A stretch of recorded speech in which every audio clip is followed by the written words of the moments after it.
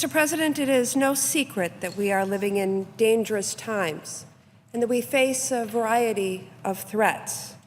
We face the threat of ISIL, a barbaric and despicable terrorist organization. We face threats to the security of our personal information, both online and in our daily lives. We still face threats from al-Qaeda and rogue nations such as North Korea.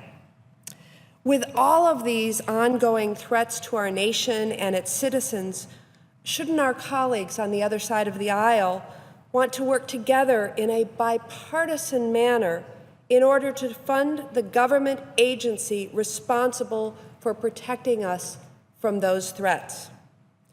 Evidently, they do not. Instead, they're playing a partisan game while threatening to shut down the Department of Homeland Security.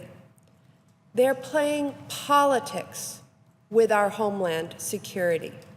Now, Mr. President, the vote that the Senate just took relates to a bill that put partisan politics ahead of our national security, while also needlessly creating another manufactured budget crisis. And that's why I voted no. Mr. President, I understand our Republican colleagues have concerns about the President's executive actions on immigration, and I believe that there is a time and place for this body to debate those issues, as we have in the past and we must in the future. But to jeopardize our nation's security by playing politics with this vital funding measure is extremely, extremely disappointing. I would actually like to remind our colleagues that the President's actions on immigration reform devote even more resources to securing our southwest border and to deporting felons, not families, and identifying threats to our national security. The President's executive actions on immigration also provide certain undocumented immigrants temporary relief after background checks and other security measures are passed, bringing families out of the shadows so that they can work and pay taxes like everyone else. Now, I remain committed to finishing the job on bipartisan and comprehensive immigration reform here in Congress. But until we can achieve that goal, I support the President keeping his promise to take action and do what he legally can to fix our broken system. Consistent with the actions by previous presidents of both parties, President Obama is right to follow in the footsteps of every president since Eisenhower to address as much of this problem as he can through executive action. The status quo is simply unacceptable. In fact, the Congressional Budget Office, also known as the nonpartisan scorekeeper, recently found that including a reversal of these executive orders in the Homeland Security funding bill would actually increase our deficit.